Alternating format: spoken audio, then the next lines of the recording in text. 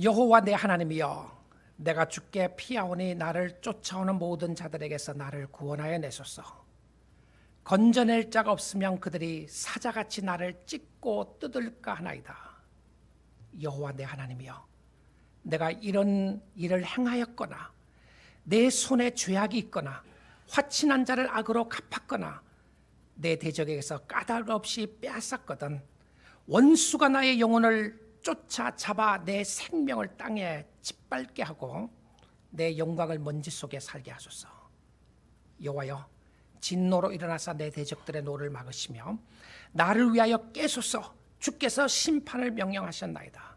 민족들의 모임이 주를 두르게 하시고 그 위 높은 자리에 돌아오소서. 여호와께서 만민에게 심판을 행하시오니 여호와여, 나의 의와 나의 성실함을 따라 나를 심판하소서. 악인의 악을 끊고 의인을 세우소서. 의로우신 하나님이 사람의 마음과 양심을 감찰하시나이다. 나의 방패는 마음이 정직한 자를 구원하시는 하나님께 있도다. 하나님은 의로우신 재판장이시며 매일 분노하시는 하나님이시로다. 사람이 회개하지 아니하면 그가 그의 칼을 가시며 그의 활을 이미 당기어 예비하셨도다. 죽일 도구를 또한 예비하시며 그가 만든 화살은 불화살들이로다. 악인이 죄악을 낳으며 재앙을 베어 거짓을 낳았도다. 그가 웅덩이를 파만들며 재가 만든 함정에 빠졌도다. 그의 재앙은 자기 머리로 돌아가고 그의 포악은 자기 정수리에 내리리로다. 대저 여호와께 그의 의를 따라 감사하며 지존하신 여호와의 이름을 찬송하리로다. 아멘. 여러분, 이런 경험 하신 적이 있으시나요? 아마 다 있으리라고 생각합니다. 너무 억울하게 피해를 보고 있는 경험 말입니다. 정말 여러분이 잘못한 것이 없는데 억울한 누명을 쓰고 답답해하는 경험이 있으셨죠? 아마 이 말씀을 듣는 사람들 중에서 지금 내가 그렇다라고 하는 사람이 있을 수도 있을 것입니다. 사실 우리 이민자들의 삶 속에는 억울한 모습이 다른 사람보다 더 있을 수 있습니다. 여러분, 언어를 잘하지 못해서 당했던 억울함 있잖아요. 야, 내가 영어를 완벽하게 했더라면 이런 어려움을 당하지 않았을 텐데. 여러분, 문화를 잘 몰라서 당하는 어려움이 있잖아요. 야, 내가 미국 문화를 모르기 때문에 오는 것이지 내가 나쁜 의도가 없었는데 내가 너무나도 억울한 누명을 당하고 있다. 어떤 경우에는 여러분 돈이 없어서 당하는 경우 있지 않으세요? 야, 내가 돈만 있었더라면 이거 당하지 않을 것인데 당하고 있구나. 여러분, 그럴 때 누구인가 호소하고 싶지요. 야, 누가 좀 내 억울한 누명을 좀 풀어주면 좋겠다. 힘 있는 변호사 없느냐? 힘 있는 변호사를 찾으려고 보니까 돈이 없는 거예요. 답답한 거죠. 경험 있는 사람이 좀 없는가? 때로는 우리가 억울한 누명을 당할 때 가까운 사람들로부터 당하는 경우들도 있을 수 있죠. 교인들 통해서도 그럴 수도 있겠고요. 아니면 사랑하는 친구들, 친척들을 통해서 당하는 경우들도 있을 것입니다. 내가 잘못한 것이 없는데 고통을 당하고 비난을 당한다. 얼마나 답답해요. 야, 이건 정말 내가 잘못한 거 아닌데 누군가는 나의 의를 좀 증명해 주면 좋겠다. 여러분, 그럴 때에 하나님은 의로운 재판장이십니다. 여러분의 억울한 누명을 정말 풀어줄 수 있는 분은 하나님이신 줄 믿습니다. 여러분, 어떤 생각이 드시죠? 하나님은 재판장이다. 아마 억울한 누명을 쓰고 있는 사람들은 너무나도 감사할 것 같아요. 하나님, 그렇습니다. 하나님이 재판장이시죠. 누군가는 내 진실을 알아줄 수 있고 누군가는 내 마음을 알아줄 수 있다는 것이 감사하죠. 근데 하나님이 재판장이라고 생각하면 두려운 사람이 있을 겁니다. 무서운 사람이 있죠. 누굴 것 같습니까? 늘 거짓말하고 늘 사기치고 늘 등쳐먹고 늘 하나님을 무시하는 사람이라면 하나님이 의로운 재판장이 너무 무서운 거예요. 여러분, 하나님 무서우세요? 사랑의 하나님, 좋으신 하나님, 은혜의 하나님, 용서의 하나님. 너무너무 듣고 싶은 말씀 아니겠어요? 우리는 이런 마음이 있는 것 같아요. 내가 뭘 잘못해도 하나님 앞에 나가면 하나님 무조건 다 That's fine. Everything will be okay. 너 괜찮다, 괜찮다. 그런 소리를 듣고 싶어 하는 것 같아요. 그런데 심판자 하나님, 재판자 하나님 듣기 싫어하는 것이죠. 그래서 우리는 설교를 통해서도 잘 못 들어요. 재판자다, 심판자다. 우리 이런 생각이 있는 것 같아요. 나를 어떤 형편과 상황에서도 사랑하여 주는 하나님을 원합니다. 사실 나의 원함과는 상관없이 정말 하나님은 무조건 나를 용서하고 무조건 나를 사랑하고 내가 죄를 짓고 살아도 하나님은 나를 정말 좋아하시는가? 그 답은 어떤 것 같으세요? Yes and no입니다. 그렇죠? Yes라고 하는 의미로 생각을 하게 되면 하나님의 사랑은 무조건적인 것이죠. 그렇죠? 근데 No라고 하는 의미에서 보게 되면 하나님의 사랑이 무조건적이라고 해서 오늘날 기독교의 매우 위험한 모습을 노출합니다. 무엇이죠? 회개가 없는 거예요. 하나님은 사랑이니까 회개가 없어요. 하나님 앞에 두렵고 떨림의 모습이 없는 겁니다. 왜 없죠? 하나님이 사랑이니까. 하나님이 다 덮어주실 거니까. 하나님이 다 알아서 해주실 것이니까. 여러분, 하나님의 은혜로 말미암아 구원받은 사람은 하나님의 역사가 일어나는데요. 우리가 구원받은 것은 전적인 100% 하나님의 선물입니다. 내 노력이 아니죠. 내 의가 아닙니다. 나의 잘남이 아니었어요. 그런데 구원받은 백성은 하나님의 뜻대로 살게 되어 있습니다. 구원받은 백성들은 하나님을 기쁘시게 하고 싶어 하는 거예요. 왜 그러냐면 하나님이 죄를 싫어하세요. 죄 싫어하십니다. 여러분, 죄를 늘 반복해서 짓고 또 짓고 하면서 내가 하는 것은 죄 짓는 것밖에 없는데 하나님이 나를 무조건 좋아할 것이다. 여러분, 아버지 너무 몰라서 하는 소리입니다. 하나님 너무 몰라서 하는 소리예요. 하나님은 두려우신 분이시고요. 하나님은 의로운 재판장이세요. 하나님은 죄를 싫어하십니다. 하나님은 거룩하신 분이시기 때문에 죄를 싫어하세요. 그런데 성도는 어떤 사람인가? 죄를 짓게 되면 하나님 앞으로 돌아가는 사람들입니다. 하나님께로 가는 사람이에요. 사랑의 하나님은 심판자 하나님이십니다. 창조주 하나님은 우리 아버지시고요. 우리를 친구로 불러주신 하나님은 세상을 심판하는 권세를 가지고 계신 하나님이십니다. 오늘 여러분은 심판자이신 하나님이 어떤 모습으로 다가오고 있나요? 기쁩니까? 감사가 있으시나요? 두렵습니까? 아니면 상관이 없으시나요? 말씀을 들어도 아무 생각이 없으시나요? 생각하고 싶지도 않고 믿고 싶지도 않으시나요? 오늘 저는 이 말씀을 통해서 두 가지를 다 기대합니다. 하나는 감사하는 것이고요, 또 하나는 두려워하는 것입니다. 그래서 회개의 역사가 일어나기를 원합니다. 왜냐하면 하나님은 무서운 심판자이십니다.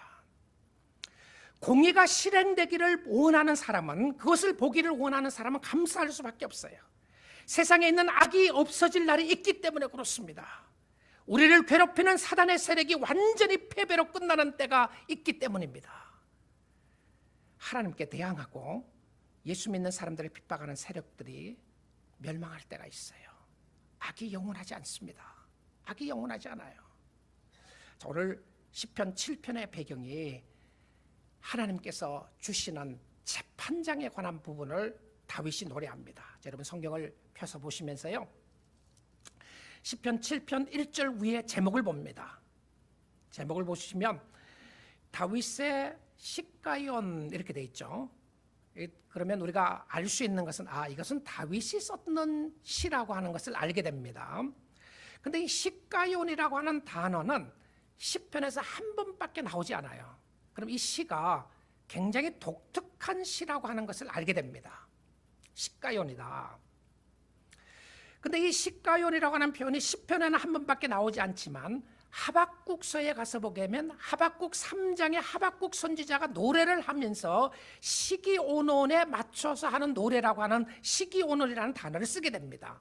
근데 시가연이나 시기온온이라는 의미가 같은 의미예요. 근데 이것이 정확하게 뭔지 잘 모릅니다. 근데 이게 음악적인 리듬입니다. 음악이에요. 그러니까 시편이 노래했던 거잖아요. 근데 이 노래는 굉장히 독특한 노래인데 어떤 노래냐면 시가온이라고 하는 그 노래를 따라서 음악에 맞춰서 따라서 부른 노래였어요.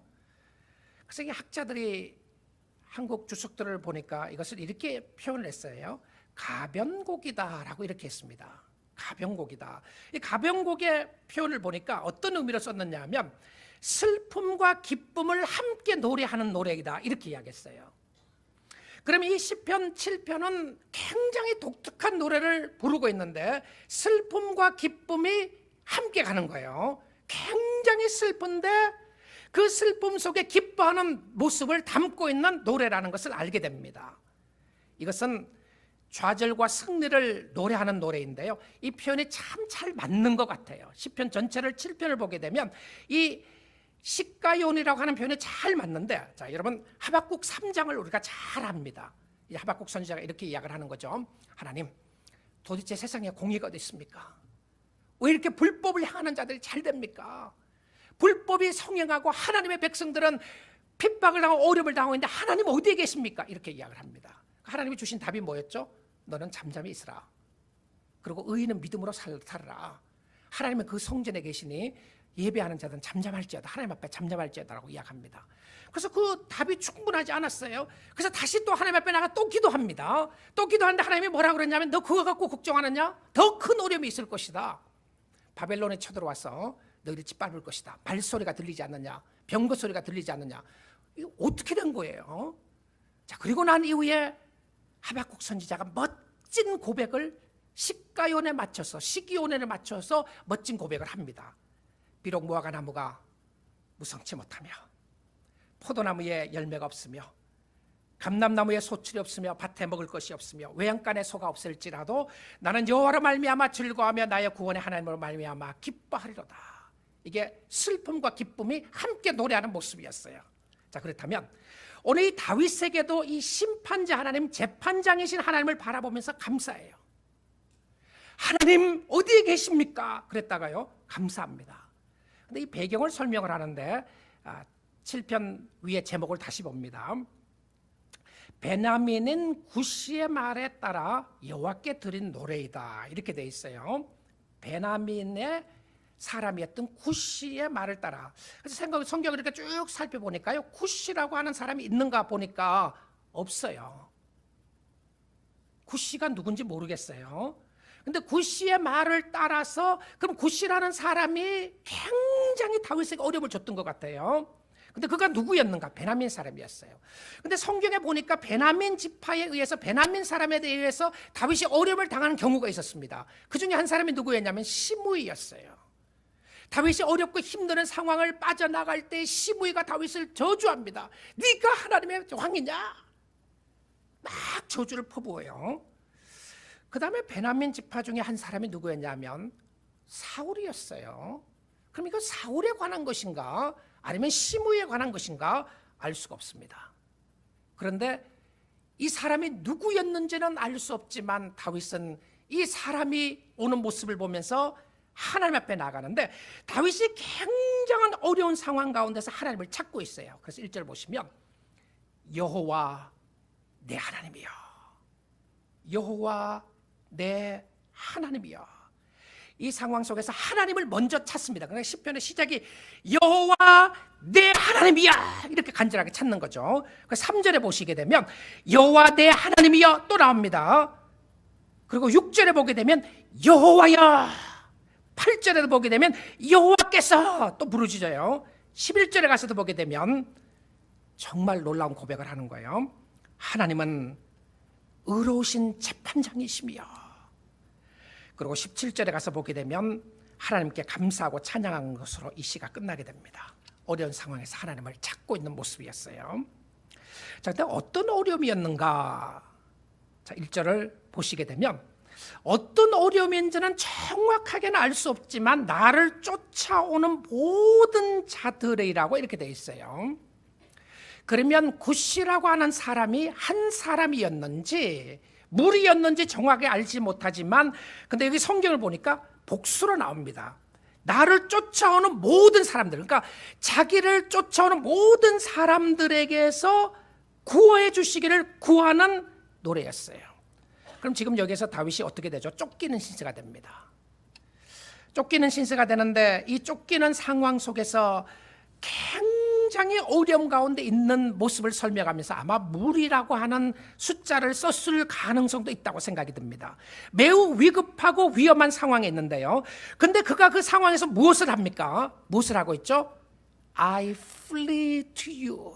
내가 죽게 피합니다. I flee to you. 내가 죽게 피합니다.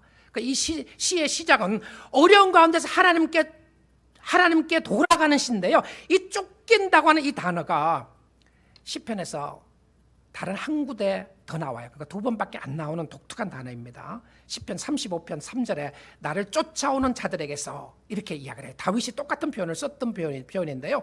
그럼 여기 쫓긴다고 하는 의미는 어떤 의미냐면 군사적인 맥락에서 사용되었던 단어였습니다. 지금 전쟁이 일어나는 거예요. 근데 전쟁이 일어나는데 그 전쟁의 대상의 타겟은 누구냐면 다윗이었어요.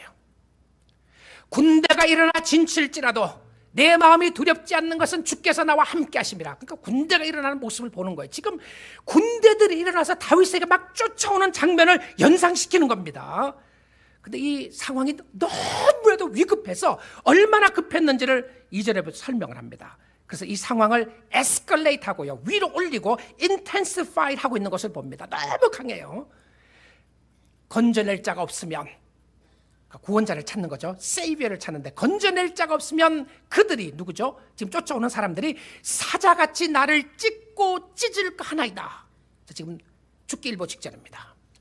앞에는 큰 절벽이 있고요, 뒤에는 사자들 같은 사람들이 자기를 죽이려고 쫓아오는데 그가 유일하게 부르짖을 수 있는 것은 무엇이냐면 구원자예요. 근데 그 구원자가 누구냐면 하나님이라고 이야기를 하고 하나님을 찾고 있는 모습을 보여줍니다. 자, 다른 방법이 없는 거죠. 사자의 밥이 될 일보 직전에 있는 것입니다. 사자가 나를 찢고 뜯을까 하나이다. 근데 이 시편에 보게 되면 원수들을 야생동물로 비교한 시편들이 여러 군데 있습니다. 뱀으로 비교할 때도 있고요, 특별히 사자로 비교할 때가 있는데, 이 사자는 무서운 동물이죠. 잡히면 끝나는 겁니다. 심각한 위험에 처해 있다, 이 표현이에요. 누군가가 도와주지 않으면 이젠 끝장이다. My life is over. 이젠 끝이다. 나를 구해줄 수 있는 사람이 하나님밖에 없는데 하나님이 나를 구해주지 않는다면 내가 설 수 없다. 근데 이 시편이 굉장히 인트러스팅한 거는요, 재밌는 것은 이렇게 원수가 쫓아오는데 하나님 앞에 나가면서 다윗은 하나님을 깨우는 거예요. 하나님 주무십니까? 뭐 하세요 지금요? 빨리 일어나세요. 하나님 일어나소서, 하나님 깨소서, 하나님 오르소서, 하나님 판결하소서. 하나님을 재판장 위에, 재판대 위에 세우는 겁니다. 하나님 빨리 좀 일어나셔서 나의 억울함을 좀 풀어주시면 좋겠습니다. 왜 내가 이런 어려움을 당하고 있죠? 그러니까 이 시는 다윗의 무죄함을 하나님 앞에 호소하는 시입니다.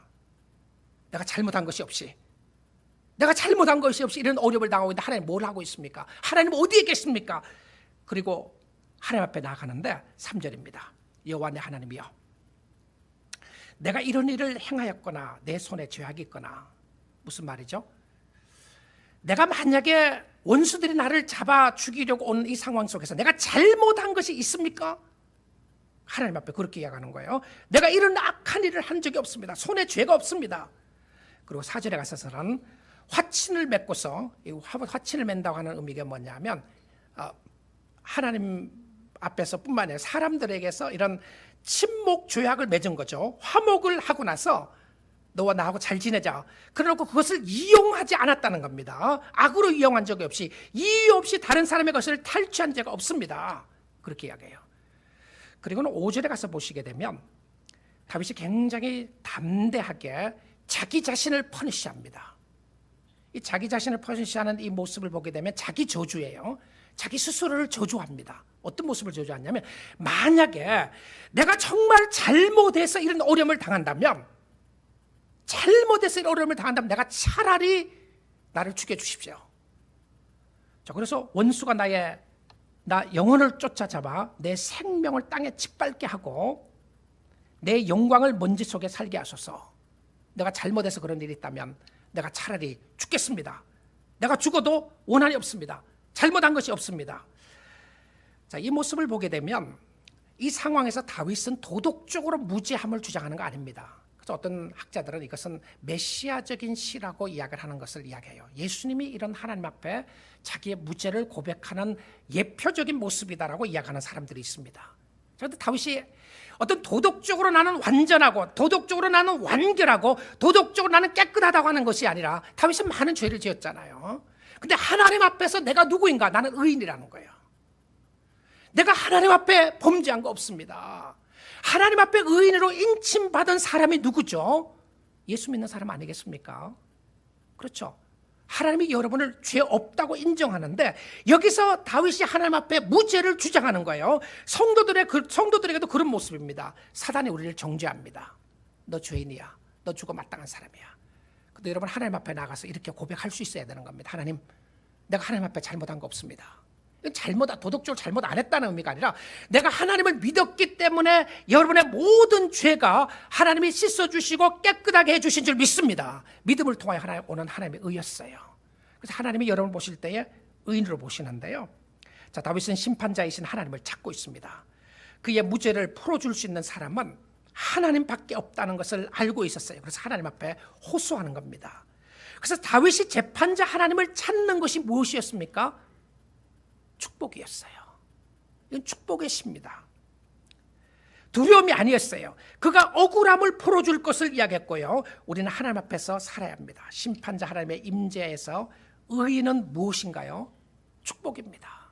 심판자 하나님의 임재하시는 것은 축복의 모습이었어요. 악이 없어지지 않는다면 너무나도 불행한 겁니다. 여러분, 악이 없어지지 않는다고 생각해 보십시오. 악한 사람들이 평생 동안 영원토록 악이 왕노릇한다고 생각하면 의인이 설 곳이 없습니다. 여러분, 세상에 정의가 없고 공의가 없다면 세상에 살기가 어려운 거죠. 여러분, 쉽게 예를 들어서 트래픽 로를 한번 생각해 보시면요, 여러분 운전하고 가시는데 운전의 무법천지다.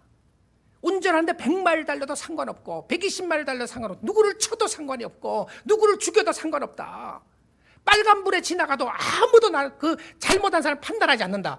여러분, 못 삽니다. 못 살아요. 법이 없으면 살 수가 없어요. 근데 하나님께서도 법을 주셨단 말이에요. 법을 주셨는데 악을 심판하는 것은 의인들의 입장에서는 축복입니다. 왜냐하면 악이 심판되지 않으면 의인들이 설 수가 없어요. 억울한 누명을 당했는데 나의 억울함을 풀어줄 수 있는 사람은 누구인가? 다윗이 하나님이라고 고백하는 거예요. 제가 인내가 많은 사람이거든요. 사람들이 그래, 인내 잘한다고. 그런 것 같아요. 웬만하면 참고 잘 견딥니다. 근데 제가 인내하지 못하는 게 여러 개 중에서 그 중에 하나가 있어요. 그게 뭐냐면 운전할 때입니다. 운전할 때 언제 인내를 잘 못하느냐 하면, 저는 이제 트래픽에 있으면 늘 제일 먼저 생각하는 것이 컬풀라인을, 누가 옆에 있으면 컬풀라인을 써야 되겠다고 생각합니다. 그래서 컬풀라인을 딱 들어갔어요. 컬풀라인 들어가면 빨리 가려고 들어가잖아요. 들어가는데 컬풀라인에서 스피드 리밋을 지키는 사람이에요. 55마일로 간다든지 60마일로 간다든지 65마일로 간다든지, 그러면 조금 이렇게 올라오기 시작합니다. 올라오기 시작했다가 그 차 앞에 다 비었는데 안 가는 거예요. 제가 못되게 가끔 하이빔도 켜요. 낮에도 하이빔 켜고 그냥 빵빵거리지 않으면 하이빔 켰다가 안 되면 나중에 빠져나갈 수 있어갖고 다시 들어갈 길이 있으면 빨리 빠져갖고 들어갑니다. 그쪽으로요. 컷에 들어가요.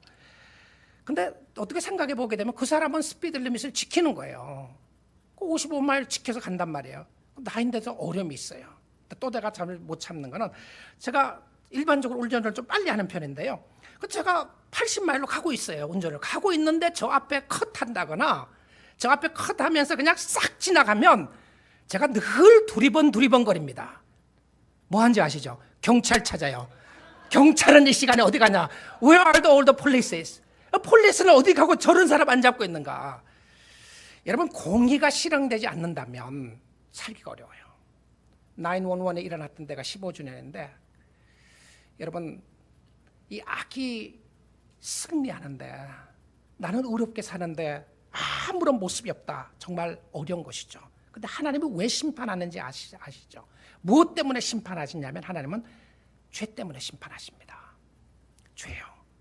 이 죄는 하나님의 진노를 가져오게 했고요. 하나님의 진노는 하나님의 공의 때문이었습니다. 하나님은 의로우신 재판장이에요. 자, 6절 말씀을 보겠습니다. 하나님이여, 진노로 일어나서 내 대적들의 노를 막으시며 나를 위하여 깨소서. 주께서 심판을 명령하셨나이다. 하나님 일어나소서. 진노로 말미암아 일어나소서. 하나님이 진노하시는 것은 하나님이 창조하신 세상을 자기 마음대로 했기 때문에 그렇습니다. 하나님의 거룩하심을 모독했기 때문에 그래요. 이 J.I. 패커라고 하는 교수가 Knowing God에서 이렇게 이야기를 합니다. 성경의 세계에서 왕은 최고의 통치권을 가졌기 때문에 언제나 최고 심판자였다. 왕이 한마디 하면 그것이 판결이었어요. 그렇죠. 그래서 여러분 열왕기상, 열왕기하, 역대상, 역대하를 보더라도 왕이 선한 왕이냐, 왕이 악한 왕이냐에 따라서 백성들이 다 달라집니다. 왕이 선한 왕이 공의로 판결을 하게 되면 백성들이 평안해요. 근데 악한 왕이 자기 마음대로 판단하게 되면 백성들이 힘듭니다. 우리 이웃에 그런 나라 있잖아요. 우리가 잘 아는 나라, 가슴 아픈 나라, 북한을 한번 보십시오. 공의로 심판하고 있나요? 공의로 다스리고 있습니까? 그러니까 백성들이 얼마나 어렵습니까? 근데 공의로 다스릴 때에 하나님의 역사하심을 보게 되는데 왕은 최고의 통치자를 가지고 있는 거죠. 그래서 성경에 따르면 이에 근거해서 하나님은 자신이 만드신 세상의 심판자이다. 왜냐하면 내 거니까. 하나님이 만드신 세상이니까. 하나님은 우리의 창조주로서 우리를 소유하시며 또한 우리를 마음대로 치리할 권리를 갖고 계신다. 그러므로 하나님은 우리를 위해 율법을 만드시고 하나님의 법이 있어요. 아니 당신 왜 그렇게 했습니까? 하나님 마음이에요. 하나님의 법을 정하신 거예요. 하나님의 법을 정하신 건 뭐예요? 성경입니다. 율법이에요. 하나님은 법을 만드시고 우리가 그 법을 지키느냐 지키지 않느냐에 따라 우리에게 보상할 권리를 가지신다. 잘 지키면 축복해 주고요. 상을 주고 지키지 않으면 벌하는 거예요. 이게 뭡니까? 하나님의 공의입니다. 하나님의 공의는 말씀에 의해서 우리가 하나님 법 몰랐습니다. 그럴 사람 아무도 없어요. 왜냐하면 내 법을 다 가르쳐줬다. 어디서 가르쳐줬냐? 성경에다 이야기해준 거예요. 그런데 이 법을 안 지켰어요. 우리 전부 다 안 지켰어요. 나도 안 지켰어요. 법을 어긴 게 너무 많았어요. 근데 우리가 예수를 믿었다는 것 때문에 하나님의 법을 다 지킨 것처럼 인정해준 거예요. 그래서 우리는 리걸리스트들이 아닙니다. 법만을 따지고 법만을 지키는 사람들이 아니에요. 우리는 하나님의 은혜에 감사해서 법을 지키는 사람이지 내가 법을 다 준수했습니다라고 말할 수 있는 사람 아무도 없습니다. 그런데 법을 만들고 법을 집행하고 그 법에 의하여 상을 주시고 벌을 주신 분이 하나님이신데 죄는 하나님의 진노를 유발합니다. 죄가 하나님의 진노를 유발해요. 어떤 죄죠? 역대하 24장 18절 보겠습니다. 그의 조상들의 하나님 여호와의 전을 버리고 이거는 예루살렘 이스라엘 백성들이 한 소리입니다. 하나님 여호와의 전을 버리고 하나님의 임재하심을 성전을 버렸다고 하는 의미입니다. 전을 버리고 아세라 목상과 우상을 섬겼으므로 그 죄로 말미암아 진노가 유다와 예루살렘에 임하니라.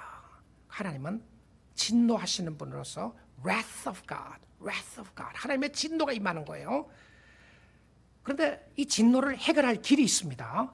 19절을 보십시오. 그러나 여호와께서 그들에게 선지자를 보냈사. 선지자를 보내신 목적이 무엇이었냐면 다시 여호와께로 돌아오게 하려 하심에 여호와께로 돌아가야 합니다. 그런데 어떤 선지자들은 뭐라고 이야기를 하냐면 하나님은 절대 진노하지 않습니다. 그 거짓말입니다. 그런 말 믿지 마세요. 세상이 어렵다는 말 믿지 마세요. 세상은 다 좋은 겁니다. 하나님은 진노하지 않고 하나님은 사랑의 하나님이시기 때문에 모든 것을 다 합력하여 서로를 이루시고 여러분이 어떻게 살아도 상관없습니다. 괜찮습니다. 그렇게 말하는 사람이 있었어요. 성경에 그런 사람들이 있었어요. 바벨론 쳐들어온다고요? 말도 안 되는 소리 하지 마십시오. 바벨론 안 쳐들어옵니다. 괜찮아요. 편안합니다. 잘 사세요. 어떤 사람이 이렇게 이야기했어요. 여러분, 우리는 하나님 앞에 범죄했습니다. 여러분, 하나님 앞에 돌아가지 않으면 소망이 없습니다. 우리는 우상을 섬겼습니다. 하나님 우상 미워하세요. 하나님만을 섬기지 않는 것 미워하십니다. 하나님만을 섬기지 않으면 우리는 망할 수밖에 없습니다. 하나님께로 돌아가야 합니다. 그런 선지자들이 있었어요. 그래서 그 선지자들이 무엇을 하냐면 경고한 거예요. 경고합니다. 워닝 사인을, 플래시를 자꾸 던지는 거죠. 성도들에게 플래시 사인을 주는 겁니다. 그렇게 살지 마십시오. 예수를 믿어야 합니다. 예수를 믿어야 합니다. 근데 그 플래시 사인을 신경도 안 쓰는 거예요. 무슨 소리 하는 거냐. 지금 어느 때인데 멸망한다는 말이냐. 예수님이 오신다는 말이 거짓말이다. 2000년 전에도 예수님이 오신다고 했는데 어디 오신다는 말이냐. 안 믿는 거죠. 근데 지금만 그런 것이 아니고 계속해서 그렇습니다. 구약시대도 그랬어요. 선지자들이 그들에게 경고하였으나 어떻게 했다고요? 정말 안타까운 말씀입니다. 듣지 아니하니라. 안 들었어요. 하나님의 워닝의 사인을 듣지 않았습니다. 우리 사랑하는 뉴라이프 가족 여러분, 주께로 돌아가지 않으면 소망이 없습니다. 예수 믿지 않으면 하나님 앞에 갈 수가 없어요. 여러분을 구원할 수 있는 길은, 유일한 길은 하나님의 은혜요 하나님의 축복인 줄 믿습니다. 하나님이 여러분을 무조건 사랑한다고 생각하지 마십시오. 예수 때문에 사랑하는 것이지, 예수를 믿기 때문에 사랑하는 것이지, 예수 외에도 내가 사랑을 받을 수 있다, 그런 말 없습니다. 성경에요. 그런 말 없어요. 우리의 죄는 하나님의 진노를 유발했습니다. 우리가 하나님 앞에 떳떳하게 나갈 수 있는 조건이 아무것도 없어요. 조나단 에드워드라고 하는 사람을 제가 여러 번 여러분들에게 소개했습니다. 그분이 가장 그분이 한 설교의 파워풀한 설교는 Sinners in the Hands of Angry God이라고 하는 설교였습니다. 여러분 웹사이트에 찾아가 보시면 이 설교를 지금 다 읽을 수가 있습니다. 한국말로도 번역을 했어요.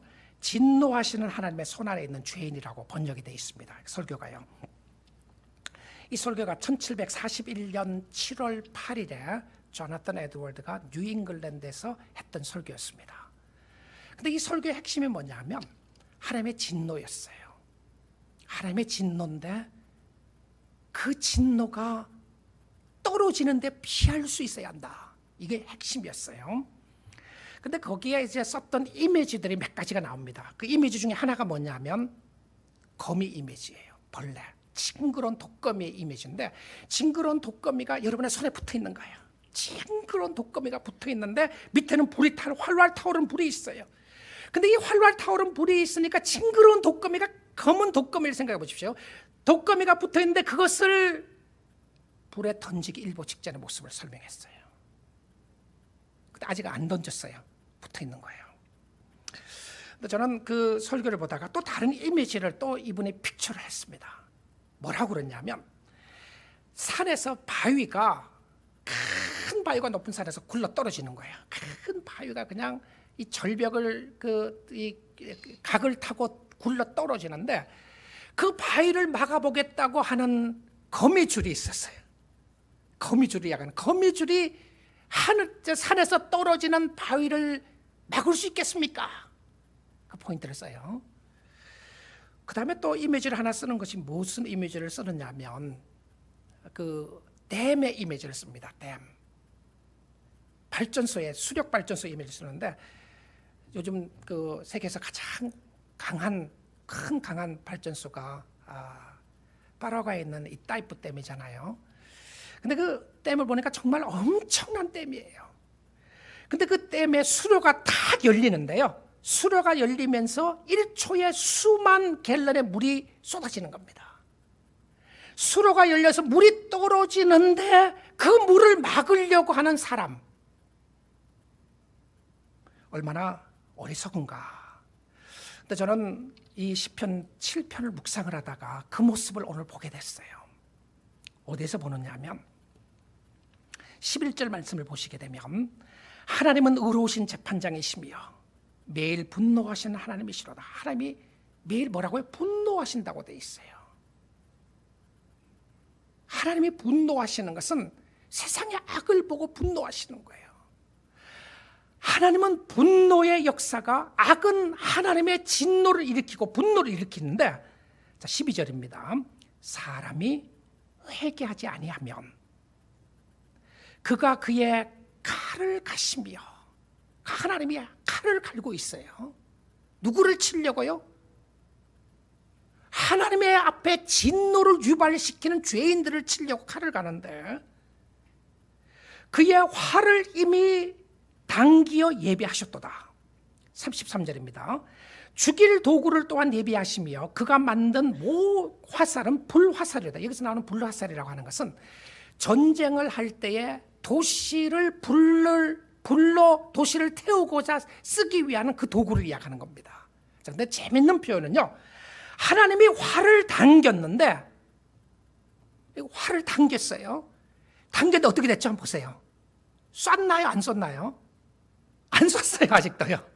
당기고만 있어요. 자, 여러분, 하나님이 활을 당기고 있으면 피할 사람이 있겠어요? 하나님이 칼을 갈고 있고 하나님이 불화를 쏘기 위해서 갈고 있는데 당기고 있어요. 근데 쏘지 않았어요. 쏘지 않았는 것이 은혜인 줄 믿습니다. 하나님이 우리를 살려주시고 붙잡고 계시는 것이 은혜인데요, 이 모습을 바라보면서 지금이 은혜 받을 때라는 의미입니다. 지금이 하나님을 찾을 때예요. 지금이 하나님 앞에 나갈 때였는데 살아있고 말씀을 들을 수 있다는 것이 하나님 앞에 나갈 수 있는 기회인 줄 믿습니다. 기회예요. 자, 그렇다면 죄인들은 어떻게 됩니까? 심판을 받기 위해서 하나님 앞에 어떻게 나가야 되겠습니까? 죄인들은 어떻게 되죠?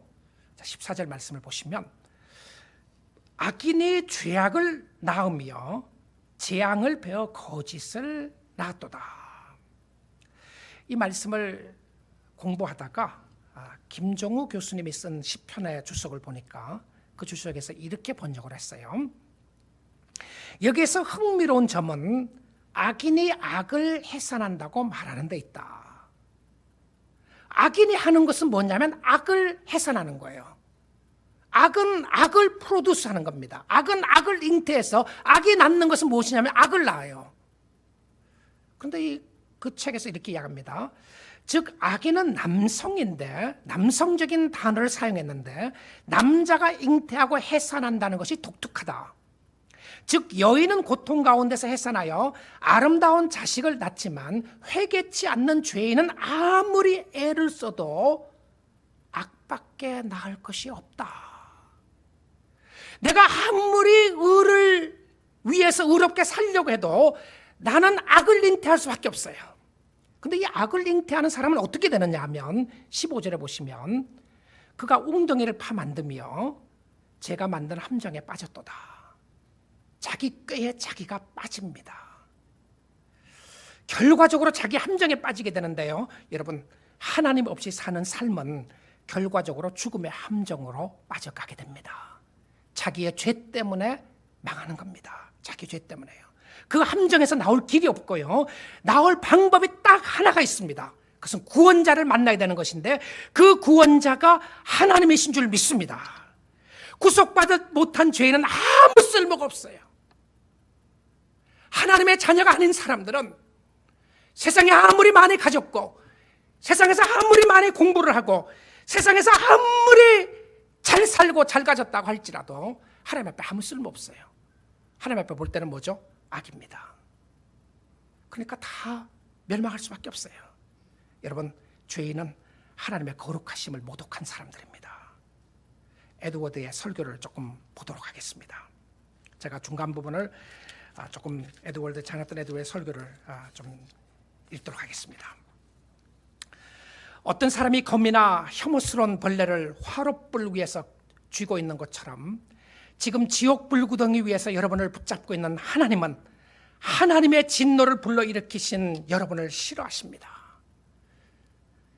여러분을 향한 하나님의 진노는 불처럼 타오르고 있습니다.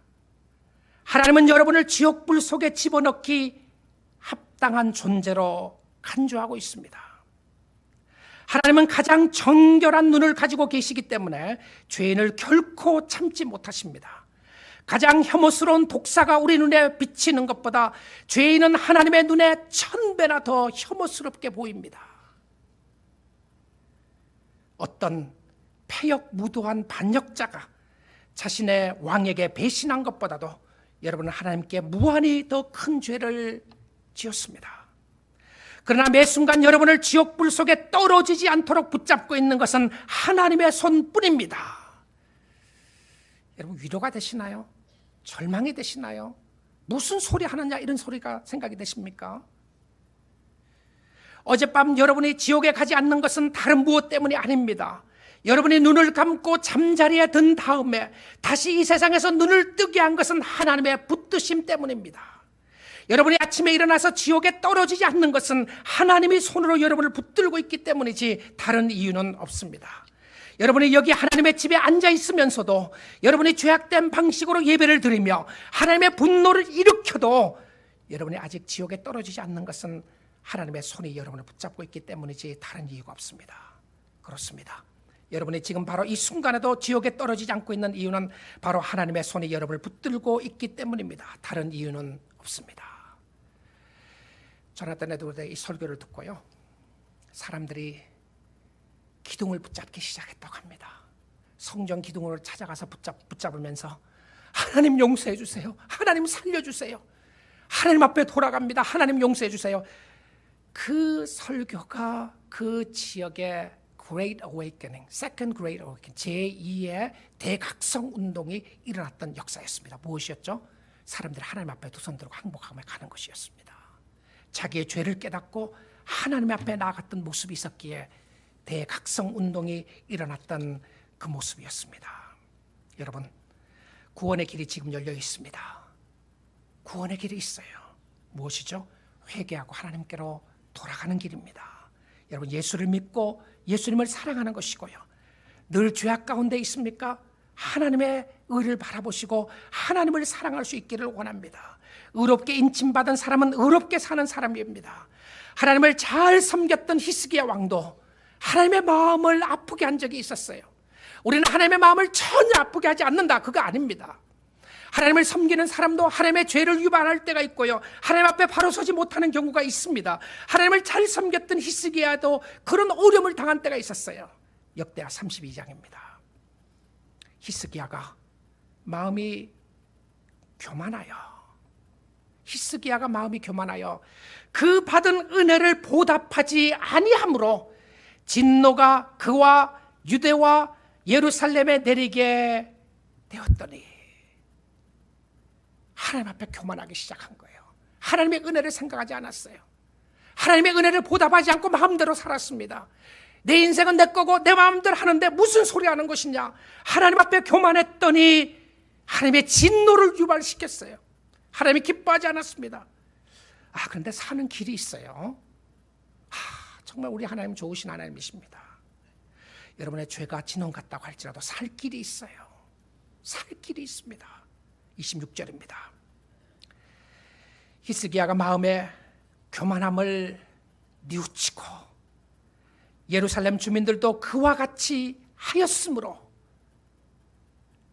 여호와의 진노가 히스기야의 생전에는 그들에게 내리지 아니하리라.